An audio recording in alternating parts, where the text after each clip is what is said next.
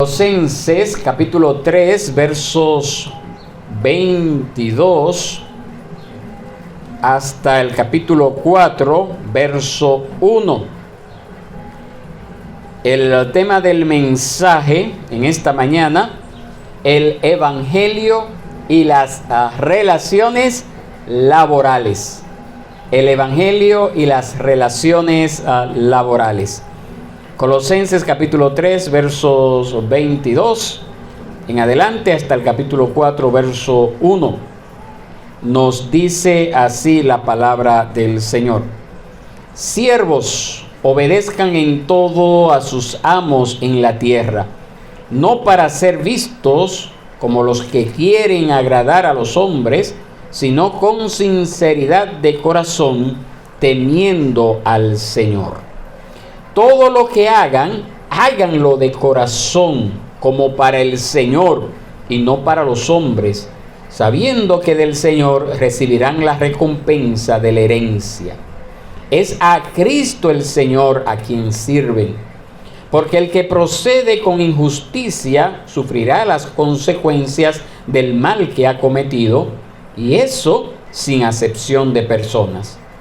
Amos, traten con justicia y equidad a sus siervos, sabiendo que ustedes también tienen un Señor en el cielo.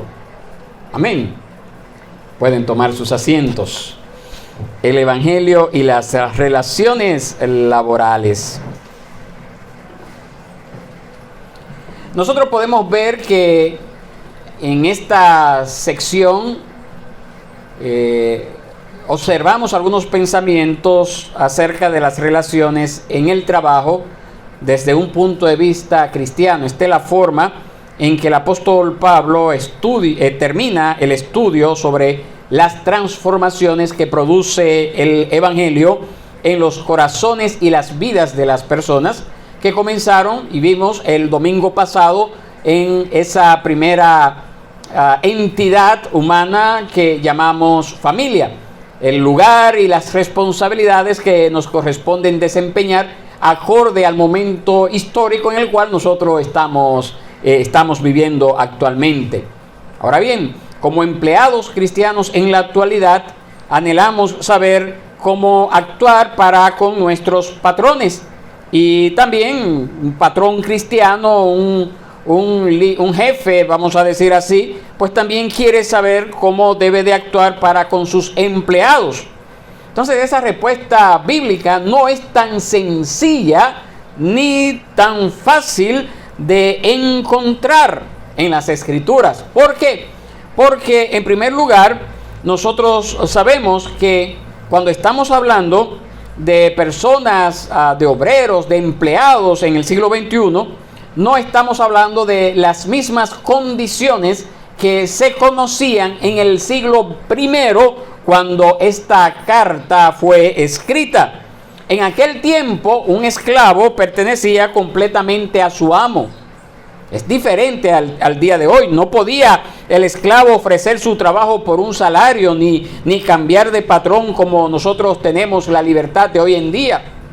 No era igual, no podía demandar salarios más altos, no podía demandar mejores horas, no podía demandar mejores condiciones de trabajo o vacaciones más largas o vacaciones más frecuentes. Y no tenía derechos civiles en absoluto, mis hermanos. Frecuentemente no tenía más alternativa que obedecer. Era la manera de evitar una situación más dura. Entonces, eso es precisamente lo que nosotros podemos leer en esta porción de las Escrituras. Siervos, obedezcan a todos a sus amos en la tierra. Ahora bien, cuando nosotros nos encontramos con esa porción de las Escrituras, ¿está sugiriendo Pablo que debían simplemente resignarse como los filósofos estoicos que se sometían a todo lo que ocurrían y rehusaban desear o buscar algo mejor? ¿A eso es que está refiriéndose Pablo? ¿Está hablando Pablo acerca de esta clase de resignación que debemos de tener o que deberían de tener los esclavos cristianos de aquel primer siglo? Muchas veces así que se le interpreta, muchas veces así es que las personas lo ven y se acusa entonces al cristianismo en particular de obstaculizar el progreso y mantener a las masas en esclavitud. Muchas veces se le acusa de esto al cristianismo. Nosotros estamos familiarizados con esa máxima que acuñó el movimiento comunista en el siglo XIX y que todavía hay algunos que lo dicen en nuestros tiempos, que no con tanta fuerza, es que la religión es el opio de los pueblos. Es decir, en otras palabras, el ofrecer la esperanza del cielo, el evangelio, hace que los hombres infelices acepten cualquier cosa aquí en la tierra. Entonces, cuando nosotros vemos esto, en las escrituras el apóstol Pablo, pudiéramos decir, o las mismas escrituras, que se están haciendo vulnerables a esa crítica cuando promete en el verso 24 de que él sabiendo, dice el verso 24, sabiendo que del Señor recibirán la recompensa en la tierra. Y eso es cierto, ¿verdad? Esa es la esperanza del cristiano. Nosotros somos llamados a mirar más allá del estado de cosas, más allá de esa simple resignación que tenían los estoicos de aquel entonces y que todavía pudieran aparecer algunos. Pero cuando el apóstol Pablo también escribe ahí en el verso 22, el verso 23, siervos, obedezcan en todo a sus amos en la tierra, no para ser vistos como los que quieren agradar a los hombres, sino con sinceridad de corazón, temiendo al Señor. Y el verso 23, todo lo que hagan, háganlo de corazón como para el Señor y no para los hombres.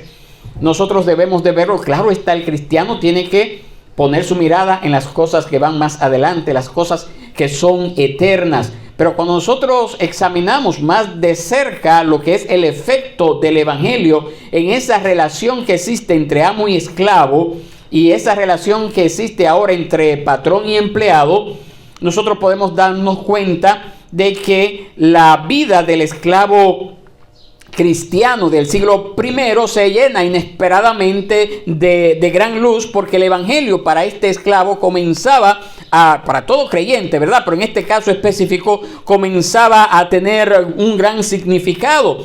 Ya él había entrado en una vida de una vida anterior, una vida miserable, y ahora al venir a Cristo, entonces esa vida, al estar unido a Cristo, se ha enriquecido con esas riquezas de Cristo, se hace libre con su libertad, no física en ese momento, porque eso es lo que nosotros vemos en las escrituras, pero sí sabemos que su corazón, a pesar de que era esclavo, a pesar de que estaba subyugado, entonces se había llenado de esperanza, y a partir de ese momento sabía que cuando Cristo, su vida, como dijo el apóstol Pablo en el capítulo 3, verso 4 de acá de Colosenses, cuando Cristo, su vida, la del esclavo, sea manifestado, entonces él, el esclavo, también será manifestado con él en gloria, ¿verdad? Esa era la esperanza que podía disfrutar del esclavo cristiano, que no disfrutaba antes de haber venido a Cristo.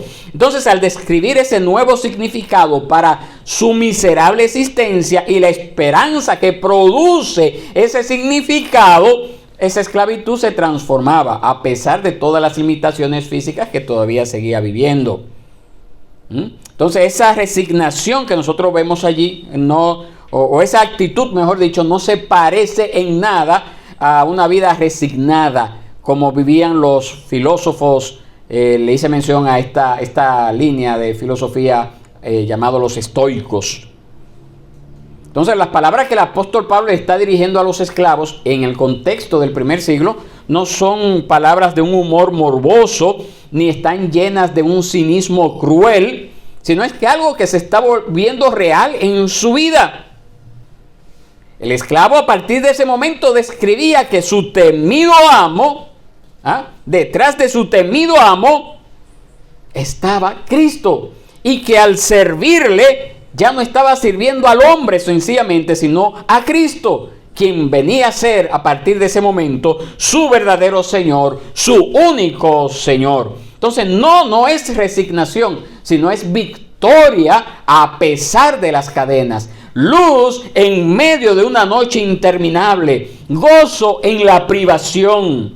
Esa rebeldía entonces daba lugar a la dedicación, el odio al respeto. Las maldiciones son respondidas con bendiciones. La amargura, esa amarga esclavitud, es transformada o es transfigurada hasta que llegue el tiempo en que sea vencida, no mediante la violencia, sino mediante el amor, no mediante el derrocamiento del terrible orden establecido, sino mediante la transformación de los corazones de los hombres. Entonces esa era la actitud que nosotros vemos en las Escrituras. Esto es lo que enseña la palabra de Dios. No es que se resigne el cristiano, en aquel entonces el cristiano esclavo. No, es que tiene que aprender a vivir en su situación confiando en que había aún más allá, que su estado de cosas en un momento dado cambiaría y que debía de servir a Dios a través de ese amo. Eso es lo que nosotros vemos en ese contexto del primer siglo y esas palabras que el apóstol Pablo está dirigiendo al contexto familiar, eclesiástico de aquel primer siglo en aquella ciudad de Colosas. Esa es la indicación que el apóstol está dando. Ahora, nuestro mundo actual, que ya está tan acostumbrado a la violencia, entonces acusa a Pablo de ayudar a perpetuar una situación intolerable, de cooperar con el orden establecido, ese sistema inicuo que tiene un interés en mantener la esclavitud. Entonces la protesta de nuestros tiempos ciertamente parecieran tener alguna justificación, pero nosotros también tenemos que ver cuáles eran las palabras que las Escrituras en labios de hombres inspirados, como el caso del apóstol Pablo, también le dedicaba no solo a los esclavos, sino también a los amos.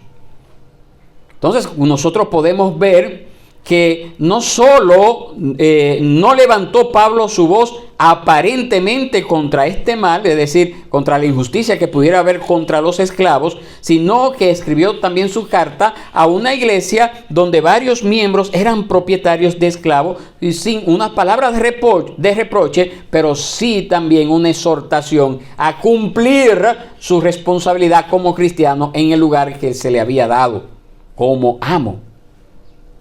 Nosotros sabemos que hay una carta llamada Filemón que fue dirigida hacia un hombre que tenía esclavos. Y lo que es más, Pablo envía la carta mediante un esclavo llamado Onésimo, que había huido de su amo y había sido convertido en la cárcel mientras Pablo estaba preso a través de Pablo. Entonces, en lugar de ayudar a Onésimo a completar su escapatoria y ganar su emancipación, el apóstol le envía de regreso a su amo.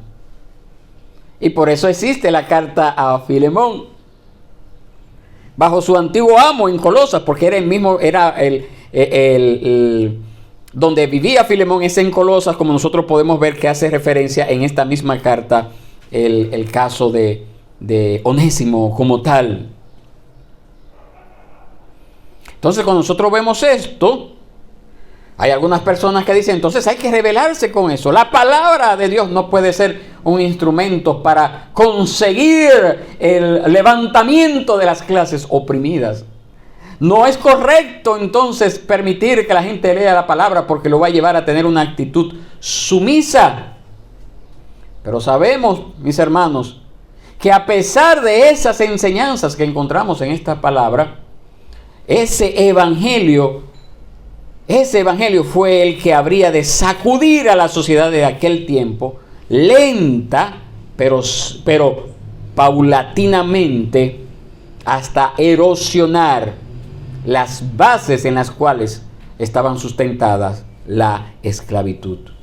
Ese evangelio de paz, con su llamado a la sumisión, con su llamado a la obediencia, con su llamado al amor, con su llamado a devolver bien por mal, es un poder revolucionario mucho mayor que el de toda la violencia de los hombres de todas las épocas.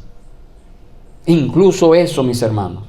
Nosotros podemos ver que el apóstol Pablo le dice, miren, ustedes deben de someterse a sus amos. Ustedes deben de hacerlo, ustedes deben de obedecerlo. Y ustedes deben de hacerlo no como para ser vistos por los hombres, sino para agradar a Dios, no para agradar a los hombres, sino con sinceridad de corazón, temiendo al Señor. Es con esa razón que ustedes deben de someterse a ello. Amén. Entonces esa palabra que el apóstol Pablo está dirigiendo a estas personas, que no provocó un levantamiento social en aquel entonces, poco a poco a través de los siglos vino a contribuir a lo que es la erosión, la destrucción del sistema de esclavitud que había antes de el imperio romano venir a recibir al cristianismo como su religión. Erosionó con el tiempo eso. Ese llamado a la protesta, si se puede decir, no violenta, pero sí con una predicación dirigida al corazón para transformar la vida de esas personas, entonces llevarle a cambiar su estilo de vida, su estilo de proceder. Nosotros también podemos ver, esto fue como un pequeño paréntesis, que el apóstol Pablo, en pocas palabras bien escogidas, Pablo se vuelve a los amos. No denuncia explícitamente esa práctica habitual de la esclavitud, sino que socava sus fundamentos. Es decir, comienza a darle por debajo. Y es digno de notarse que no requiere piedad o simpatía. Demanda mucho más. Va al corazón del asunto. No pidiendo favores, sino justicia y rectitud. Y es lo que nosotros podemos ver en el verso 1 del capítulo 4. ¿Usted lo tiene ahí en su Biblia? ¿Qué es lo que nos dice? Amos, traten con justicia y equidad a sus siervos. Recuerda a los amos cristianos, ellos mismos prisioneros de sus tiempos, que un esclavo es un hombre y no una cosa, que tiene no solo deberes, sino derechos. Y recalca esto, como dice el apóstol Pablo, sabiendo que ustedes también tienen ¿qué? Un señor en el cielo. Un señor, es decir, un amo en el cielo. De esa manera, entonces, pone al esclavo al mismo nivel humano que su amo. Mientras que el esclavo tiene un amo ante el cual es responsable, el último también tiene un amo, Dios, a quien ha de dar cuenta. Entonces, esas pocas palabras que nos parecen, esa pocas palabras de igualdad de ser humano, de hombre y a pesar de diferentes funciones como amo y esclavo son iguales, que para nosotros son totalmente normales en nuestros tiempos, fueron esa diminuta semilla que había de crecer y conducir a la abolición de la esclavitud. Esa pequeña semilla no fue diciéndole a los esclavos, o por ejemplo en el caso de Onésimo, mira, tú no puedes volver allá, tú tienes que rebelarte, ya tú eres libre. No, si tú te convertiste, regresa a tu amo. Yo le voy a escribir, yo lo conozco, evidentemente, le voy a escribir para que él te reciba, pero es tu deber someterte. Eso es lo que nos manda las Escrituras. Ahora bien, cuando yo le escriba a la iglesia, también le diré, eso es, ¿verdad? Como una forma para yo dramatizar cómo pudo haber ocurrido eso.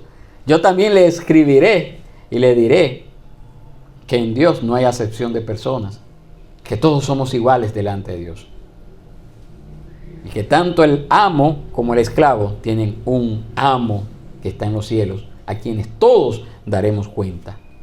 Y eso fue lo que fue provocando esa socavar, ir destruyendo esa estructura de esclavitud que había en el siglo I. No es con la revolución, no es con el levantamiento armado, no es con las huelgas, no es con destruir la propiedad pública que se logra alcanzar alcanzar los privilegios para todas las clases sociales. No es con eso, mis hermanos. Primero debe de haber una transformación en el corazón. Y eso es lo que nos enseña esta palabra. El apóstol Pablo no dijo la esclavitud está mal. No, los amos traten bien a los esclavos y los esclavos sométanse a sus amos, entendiendo, porque quizás son los que llevan la peor parte, los esclavos, que ustedes están, cuando ustedes lo hagan sirviendo al amo, háganlo como si estuvieran sirviendo al Señor y no a los hombres. Y no lo dice la palabra, pero sabemos que poco a poco cuando un corazón es transformado por el poder de la palabra, entonces esas estructuras que contravienen lo que es el orden establecido por Dios de igualdad de condiciones para todos los hombres, cuando esas estructuras entonces son afectadas por esas personas que se van convirtiendo, entonces al tiempo esas estructuras caen. Eso es lo que nosotros podemos ver en esta palabra. Entonces tienes que haber primero, eso es necesario, un esfuerzo consciente de parte de todo creyente en que las verdades del Evangelio sean conocidas, sean oídas en la sociedad, para que entonces la sociedad pueda cambiar, pueda ser transformada desde adentro, desde el corazón de la persona. Hasta que eso no ocurre, entonces esas estructuras van a seguir funcionando, esas estructuras que dañan lo que es el ofrecer privilegios a igualdad de condiciones a todo el mundo. Esas estructuras van a seguir funcionando hasta que no haya una transformación en el corazón de cada hombre que compone esa estructura. Eso es lo que nosotros podemos ver acá. A pesar de que todavía en nuestros tiempos es una desagradable realidad, la esclavitud todavía aparece en algunos sitios donde se practica esto, muy, muy pequeños, muy pocos lugares, pero todavía aparecen. Nosotros sabemos que las relaciones entre patronos y empleados ha mejorado grandemente en lo que respecta a nosotros en Occidente. Ya no se dan estas condiciones que nosotros vemos aquí en las Escrituras. Ahora, ¿qué significan entonces las instrucciones de Pablo para nuestra propia sociedad, en la que el patrón ya no es un amo brutal, ni el empleado es el esclavo de esos tiempos anteriores? ¿Qué no podemos aprender de esto? Y la pregunta que tendríamos que hacernos: ¿debería entonces soportar el obrero cualquier condición, cualquier paga, cualquier trabajo que se le pueda imponer? ¿Debería el obrero obedecer en todo las órdenes que le dan los encargados? ¿Debería el cristiano, mediante una obediencia servil, soportar los intereses de la gerencia contra los de la mano de obra? ¿No tiene el derecho, sino el deber de ir y ayudar a los oprimidos y necesitados el cristiano? ¿Luchar contra las flagrantes injusticias de la sociedad, tales como la explotación del hombre por el hombre? ¿O debería permanecer pasivo, como esta carta parece sugerir? No es una cuestión fácil, y Pablo no la responde exactamente como hemos visto, porque él está tratando de un caso particular, la relación entre el amo y el esclavo de aquel primer siglo. Entonces nosotros, viniendo a nuestro siglo, al siglo XXI, en esta región de Occidente, sabemos que la relación entre el patrón y el obrero no es la misma, por mucho que se diga como se veía en el siglo I. No es la misma. El obrero no está atado por toda la vida o de por vida al mismo patrón. A menudo incluso tiene medios para presionarle. El Estado le concede derechos al obrero. Ahora la pregunta que surge: ¿debería utilizarlos el cristiano?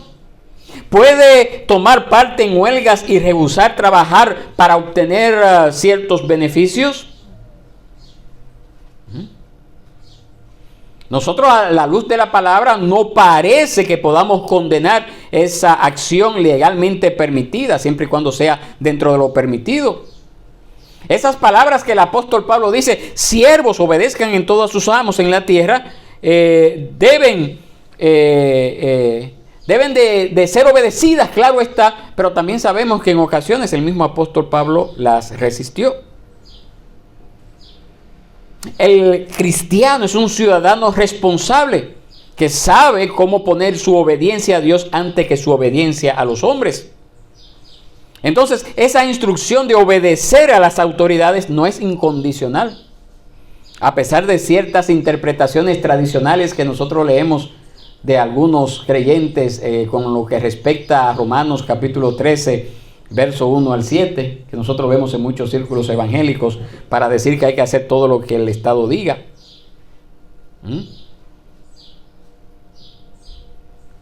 Entonces, el hecho de que haya, tenemos que aprender en primera instancia, el hecho de que haya derechos en nuestra sociedad, pues es algo bueno, habla bien de nosotros, habla bien de la sociedad, pero nosotros como cristianos, siempre esos derechos que hemos recibido, deberíamos de utilizarlos según la voluntad del Señor, siguiendo el ejemplo de Jesucristo, siguiendo el ejemplo de Pablo y los demás apóstoles,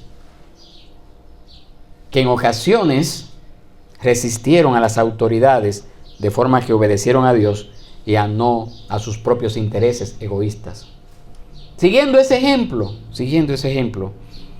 Entonces debemos de tener cuidado de no confundir la causa de Dios con nuestros propios intereses, nuestras propias ambiciones, nuestra avaricia, nuestros celos. Tenemos que ser cuidadosos con eso. Tenemos que ser cuidadosos. Ahora, ¿qué podemos aprender al respecto? Vuelvo y pregunto. El cristiano no puede permanecer jamás inconmovible ante las injusticias del mundo.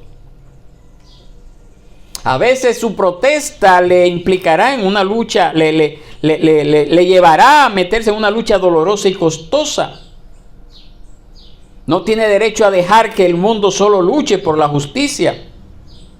Esa esperanza que tenemos de un mundo mejor, esa esperanza que tenemos de una tierra donde va a haber gozo y paz, un reino celestial, tampoco debe de llevarnos a nosotros a excusarnos para luchar por causas justas aquí en la tierra.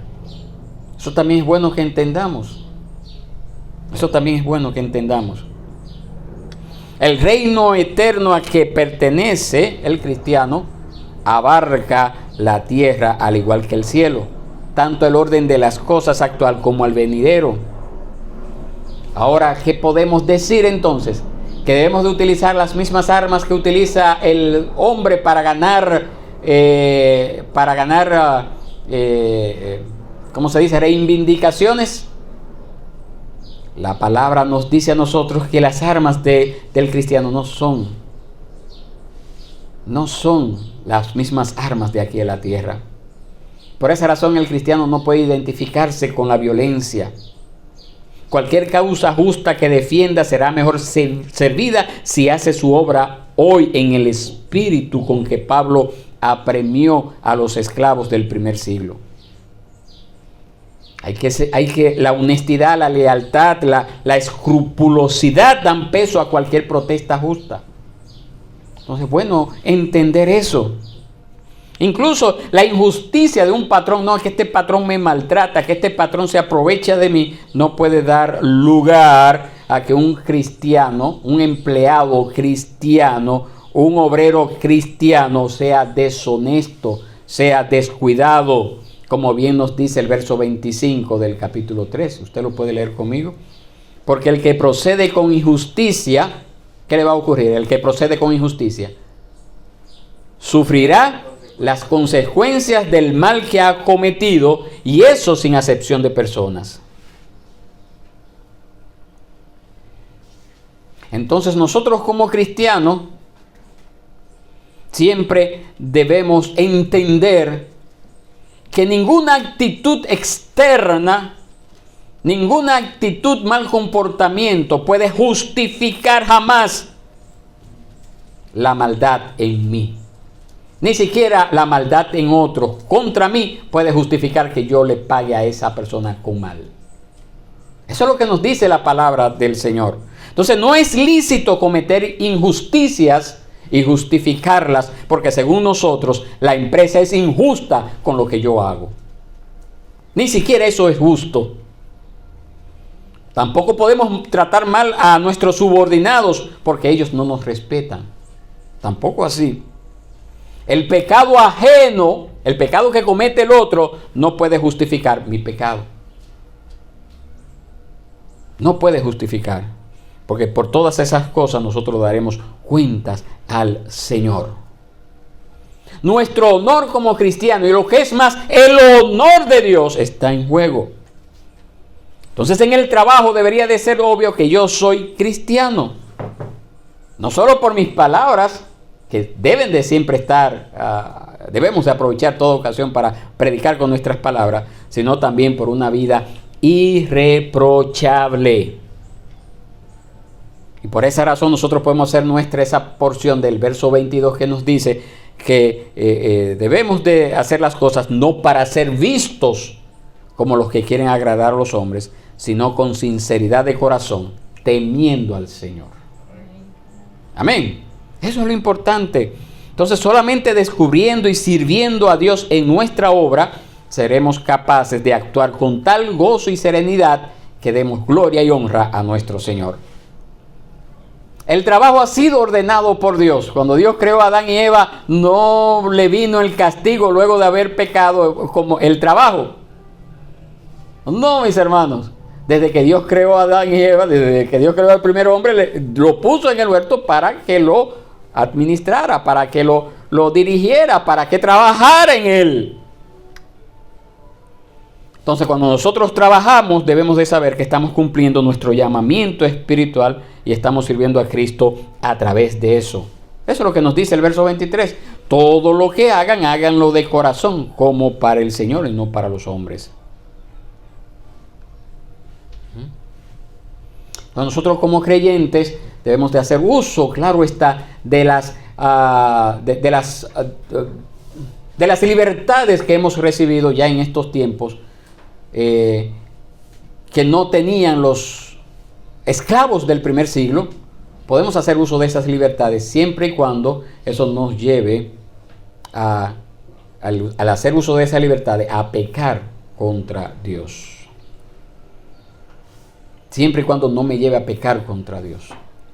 Siempre y cuando no busque tirar por el suelo mi testimonio como cristiano. Siempre debo de hacer uso de esas libertades que hemos recibido, de esos privilegios, de esas prerrogativas que hemos recibido en el siglo XXI en un país de Occidente que no tenían los esclavos del siglo I. Siempre y cuando eso no me lleve a pecar. Amén. Muy bien. Ahora, ¿cuál debe de ser entonces la actitud de los patronos cristianos? Su deber parece más claro, pero puede no ser tan fácil en la práctica.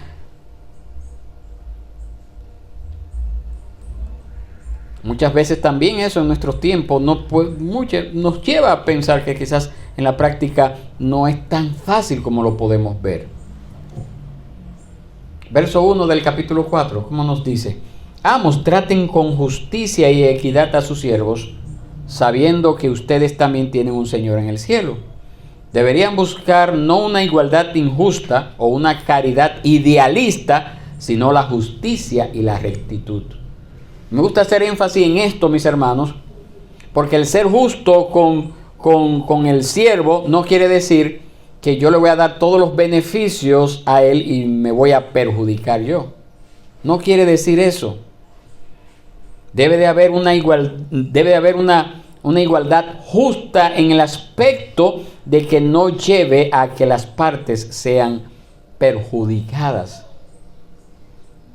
Pero tampoco una caridad idealista. Es decir, le voy a dar todo lo que pida porque yo soy cristiano y no puedo quedar mal con él. A pesar de ello, yo siempre tengo que hacer las cosas conforme a los principios bíblicos que Dios me ha dado como patrón.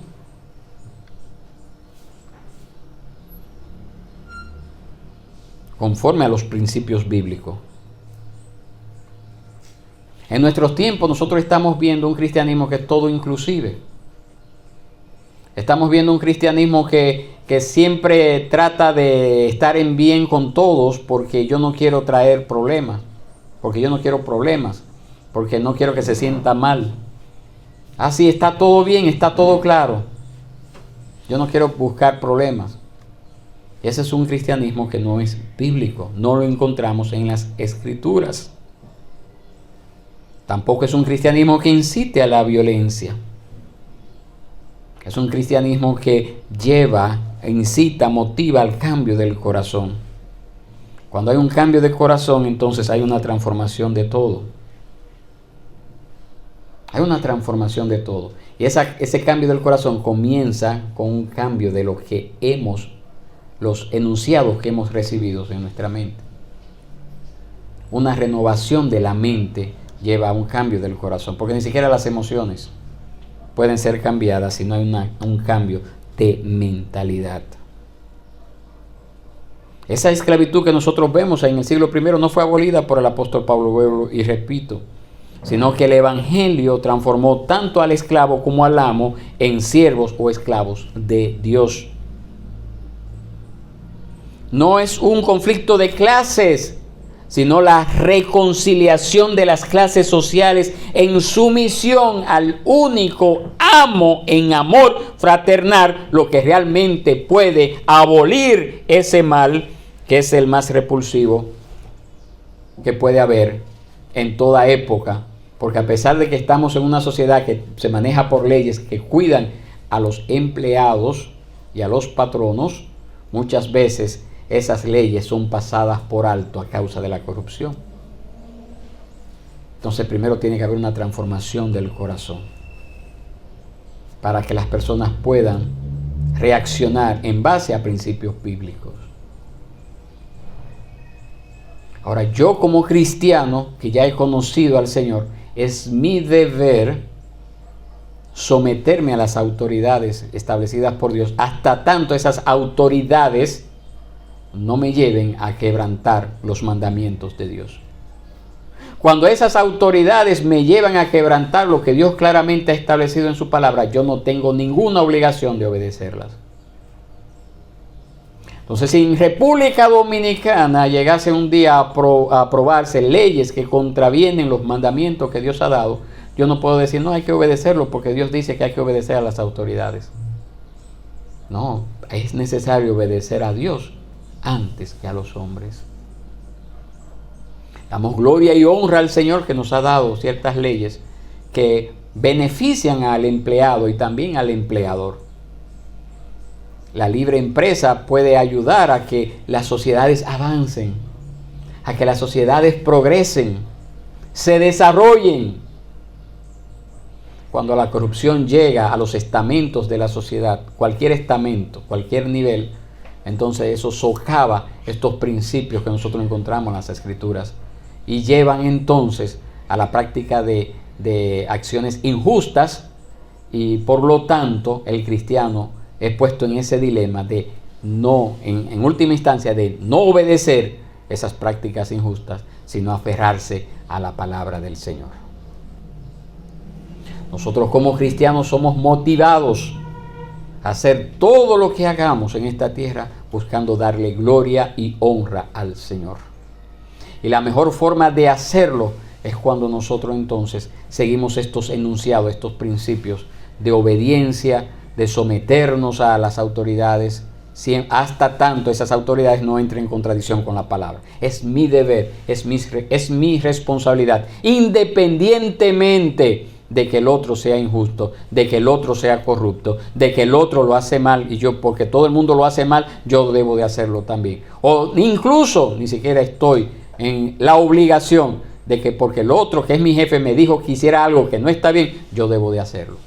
Jamás, mis hermanos. Yo como cristiano soy llamado a proclamar la verdad del Evangelio. Y esa verdad del Evangelio me dice que yo estoy en la obligación de someterme a los mandamientos de Dios antes que a cualquier otra cosa. Que Dios nos dé entonces esa gracia, mis hermanos, a buscar primeramente el reino de Dios y su justicia. Agradarle a Él en todo, en nuestro lugar de trabajo, en nuestras casas, en nuestras familias, en nuestra sociedad, en nuestros estudios, que busquemos dar gloria y honra al Señor con todo lo que hacemos, siguiendo los principios de justicia, los principios de equidad que el Señor nos ha dado en su palabra. Y orar cuando nos veamos enfrentados con personas que están totalmente divorciadas de la palabra de Dios, porque quizás nunca han conocido del Señor, porque quizás son ateos prácticos, o quizás porque la sociedad ha influido de tal forma a él, una sociedad corrupta que le ha llevado entonces a tomar prácticas que contravienen a lo que la palabra de Dios ha dicho, y entonces por ende actúan de manera incorrecta en contra de nosotros, porque ven en nosotros algo diferente. algo que no es común a su entorno. El Señor nos ayude, ¿verdad?, entonces a mantener esa actitud como cristianos, no importando las consecuencias que puedan venir sobre nosotros a causa de mantener la verdad del Evangelio ante todo. Ese es el llamado, mis hermanos. El llamado que como cristianos, donde quiera que el Señor nos ha puesto, ya sea como esclavo, no esclavo, sino como empleador o como empleado en estos tiempos, nosotros podamos buscar dar gloria y honra al Señor. En todo lo que hagamos. En todo lo que hagamos. Esa es la exhortación. Estemos de pie, mis hermanos, y oremos al Señor